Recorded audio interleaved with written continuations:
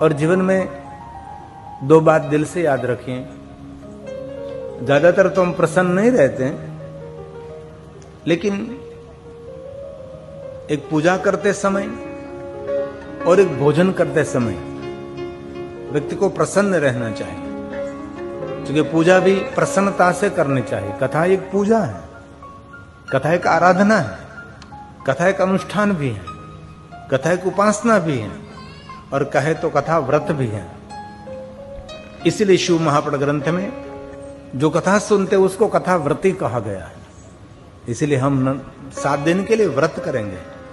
इनमें बहुत सारे नियमों को भी धारण करना पड़ता है, लेकिन आप सभी नियम धारण करें न करें, लेकिन बहुत सारे शिव भक्त बहुत सारे नियम को रखकर भगवान की कथा का श्रवण करते हैं। तो आदर के साथ कथा सुने, प्रीति के साथ कथा सुने, भाव से कथा सुने, क्योंकि कथा मनुष्य मात्र का मंगल और कल्याण करने वाली कथा है। बहुत सारे पुण्य देने वाली ये भगवान की कथा है, और जो कथा सुनते हैं उसके पुण्य की महिमा स्वयं इंद्रादि देवता और ब्रह्मादि के देवता कोई नहीं कह सकता, कोई नहीं गा सकता।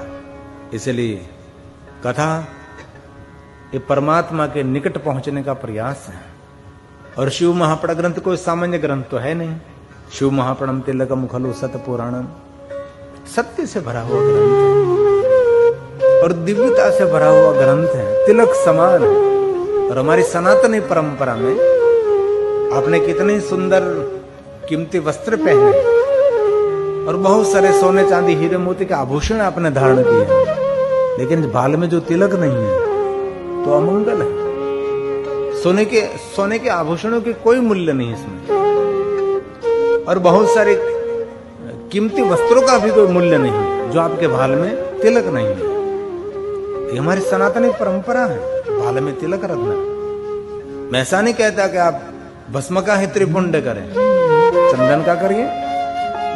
ये न हो सके तो आपकी परंपरा में अब वैष्णव है तो उसका सिंबल करिए, अब माता जी के उपासक है तो उसका कुछ चिन्ह लगाइए।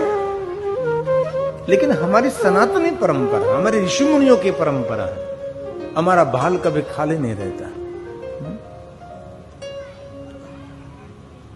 जिनके बाल में देखो वहां कोई न कोई तिलक रहता है। जितने संप्रदाय है, जितने विचारधारा हैं, बहुत सारे भगवान, अलग अलग दृष्टि से सबको देखा हमने। और महादेव के भक्तों के बाल में त्रिपुंड रहता है, सबका अलग अलग भाव, लेकिन हमारे सनातनियों की पहचान है बाल में तिलक। इसलिए कहा कि शिव पुराण तिलकम, तिलक बहुत महत्व की बात है। ये व्यास जी ने सुंदर श्लोकों की रचना की है, इस ग्रंथ के लिए कहा है, जो कि पहला दिन है, इस ग्रंथ की वंदना है। और जो कोई मनुष्य इस ग्रंथ की वंदना करते हैं, नमस्कुर्यात् दूरतः सर्वदेवार्चनम फलम च, दूर से कोई शिव महापुराण ग्रंथ को प्रणाम करेंगे इस मनुष्य को विश्व के सभी देवी देवताओं की पूजा का फल मिलता है, सिर्फ प्रणाम करने मात्र से। लेकिन श्रद्धा होनी चाहिए। यहां पर आ रहे हैं जो गादी विराजमान है, तो वहां आपकी श्रद्धा काम कर रही है, आपकी कोई चेतना काम कर रही है। और कहे तो हमें राज्य जी के पिताजी की तपस्या भी काम कर रही है, और स्वयं राज्य जी का भी तप यहां कुछ काम कर रहा है। इतना सुंदर दिव्य स्थान है, बहुत प्राचीन स्थान है, ऊर्जावंत स्थान है।